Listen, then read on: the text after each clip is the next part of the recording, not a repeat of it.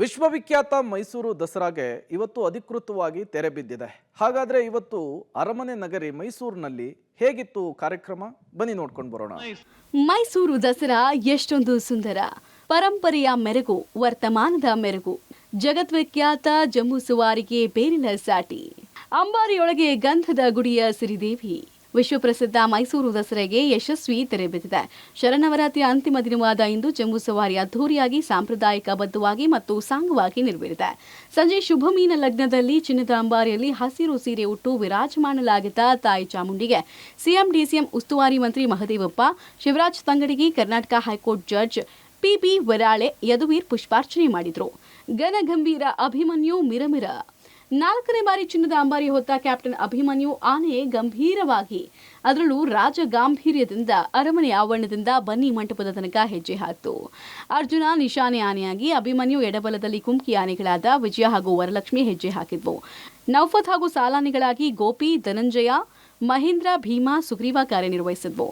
ಕಂಜನ್, ಲಕ್ಷ್ಮಿ, ರೋಹಿತ್, ಹಿರಣ್ಯ ಆನೆಗಳು ಮೊದಲ ಬಾರಿ ದಸರೆಯಲ್ಲಿ ಪಾಲ್ಗೊಂಡ್ವು. ಈ ಜಂಬೂ ಸವಾರಿ ವೈಭವವನ್ನ ಲಕ್ಷೋಪಲಕ್ಷ ಮಂದಿ ಕಣ್ತುಂಬಿಕೊಂಡ್ರು. ನಾಡದೇವಿಯನ್ನ ಕಣ್ತುಂಬಿಕೊಂಡು ಪುನೀತರಾದ್ರು.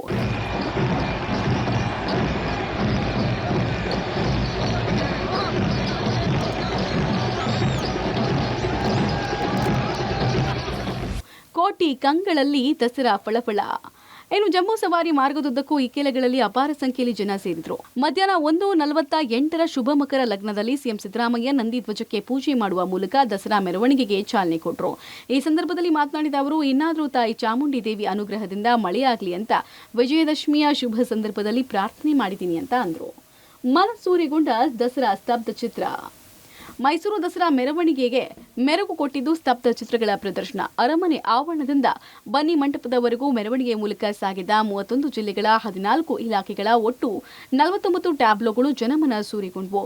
ಮೈಸೂರು ಜಿಲ್ಲೆಯಿಂದ ನಾಲ್ವಡಿ ಕೃಷ್ಣರಾಜ ಒಡೆಯರ್ ಅವರ ಕೊಡುಗೆಗಳು, ಬೆಂಗಳೂರು ನಗರದಿಂದ ಚಂದ್ರಯಾನ 3ರ ಸ್ತಬ್ಧ ಚಿತ್ರ, ವಾರ್ತಾ ಇಲಾಖೆಯ 5 ಗ್ಯಾರಂಟಿಗಳ ಟ್ಯಾಬ್ಲೋ ಎಲ್ಲರ ಗಮನ ಸೆಳೆದವು.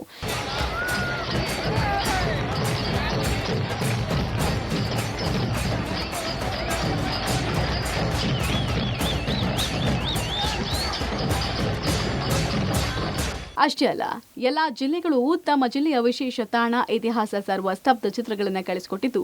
ಡೊಳ್ಳು ಕುಣಿತ, ಹಕ್ಕಿ ಪಿಕ್ಕಿ ಮಹಿಳೆಯರ ನೃತ್ಯ, ಸೋಮನ ಕುಣಿತ, ಗೊರವರ ಕುಣಿತ, ಗಾರುಡಿ ಗೊಂಬೆ, ರಂಗ ಕುಣಿತ, ಹಲಗೆ ಕುಣಿತ, ಲಂಬಾಣಿ ನೃತ್ಯ, ಪೂಜೆ ಕುಣಿತ, ವೀರಭದ್ರ ಕುಣಿತ, ಮಹಿಳೆಯರ ಚಂಡೆ, ಬೇಡರ ವೇಷ, ಕಂಸಾಳೆ ನೃತ್ಯ, ಡಾಂಗಿ ನೃತ್ಯ ಸೇರಿ ಹಲವು ಸಾಂಸ್ಕೃತಿಕ ಪ್ರಕಾರಗಳು ಜನಮನ ಗೆದ್ವು.